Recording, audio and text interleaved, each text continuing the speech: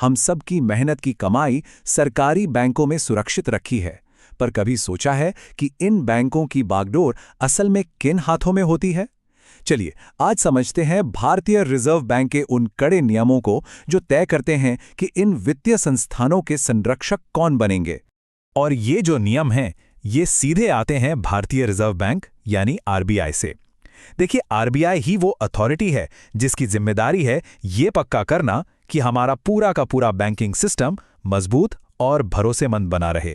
तो यहीं पे सबसे बड़ा सवाल खड़ा होता है कि आखिर वो कौन लोग हैं जो इन बैंकों को लीड कर सकते हैं। वो बैंक जहां जनता के खरबों रुपए जमा हैं। और ये आप समझिए, सिर्फ एक सवाल नहीं है, ये तो हमारी आपकी आर्थिक सुरक्षा की नींव है। तो इस पूरी बात को समझने के लिए हम 4 चीजों पर नजर डालेंगे। पहले, सरकारी बैंकों के संरक्षक कौन होते हैं। फिर, ये फिट एंड प्रॉपर टेस्ट क्या चीज है। इसके बाद एक आइडियल डायरेक्टर की प्रोफाइल कैसी दिखती है। और आखिर में ये सब मिलकर हमारे भरोसे की नींव कैसे बनाते हैं। तो चलिए सबसे पहले ये समझते हैं कि पब्लिक सेक्टर बैंकों के जो डायरेक्टर होते हैं वो सिर्फ मैनेजर क्यों नहीं होते। असल में वो जनता के पैसे के गार्डियन हैं, संरक्षक हैं। और बस यही वजह है कि उनकी लीडरशिप इतनी ज्यादा मायने रखती है। देखिए, एक बात समझनी बहुत ज़रूरी है। ये जो सरकारी बैंक है ना, ये सिर्फ प्रॉफिट कमाने वाली कंपनियां नहीं हैं। ये तो हमारी इकोनॉमी के इंजन की तरह हैं। सोचिए, अगर ये बैंक स्टेबल हैं तो देश की आर्थिक गाड़ी पटरी पर रहती है और इसका सीधा असर जाहिर है हम सब पर पड़ता है।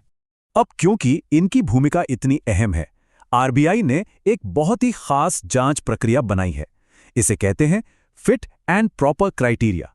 आप इसे इन गार्डियंस को चुनने के लिए आरबीआई की ऑफिशियल रूल बुक समझ सकते हैं।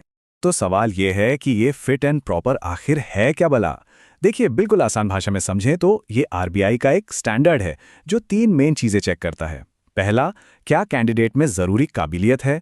दूसरा, क्या उसका कैरेक्टर, उसका रिकॉर्ड साफ सुथरा है। और तीसरा, क्या वो बिना किसी के दबाव में आए निष्पक्ष होकर काम कर सकता है। इसका प्रोसेस भी काफी सीधा साधा है।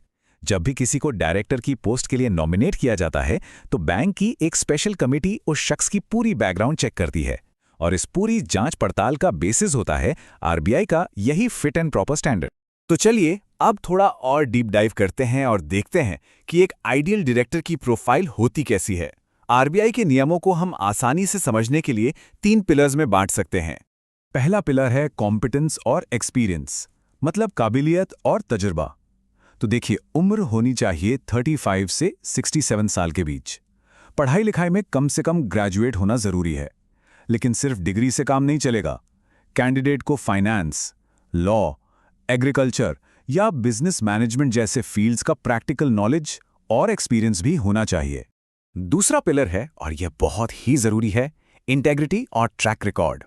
मतलब सिर्फ नॉलेज होना काफी नहीं है, कैंडिडेट का पास्ट बिल्कुल बेदाग होना चाहिए। इसका मतलब ये हुआ कि उनका फाइनेंशियल रिकॉर्ड एकदम क्लीन हो, वो किसी भी बैंक या इंस्टीट्यूशन के डिफॉल्टर ना हो और किसी भी रेगुलेटरी या सरकारी एजेंसी ने उन पर कोई उंगली ना उठाई हो।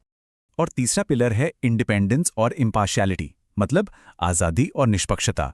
इसका सीधा सा मतलब ये है कि डायरेक्टर का कोई भी पर्सनल या प्रोफेशनल इंटरेस्ट बैंक के इंटरेस्ट से क्लैश नहीं करना चाहिए। इसे कहते हैं कॉन्फ्लिक्ट ऑफ इंटरेस्ट। और अगर ऐसा कोई टकराव है भी तो पोस्ट संभालने से पहले उसे खत्म करना होगा। मतलब अल्टीमेट गोल एक ही है, हर फैसला सिर्फ और सिर्फ बैंक की भलाई के लिए लिया जाए।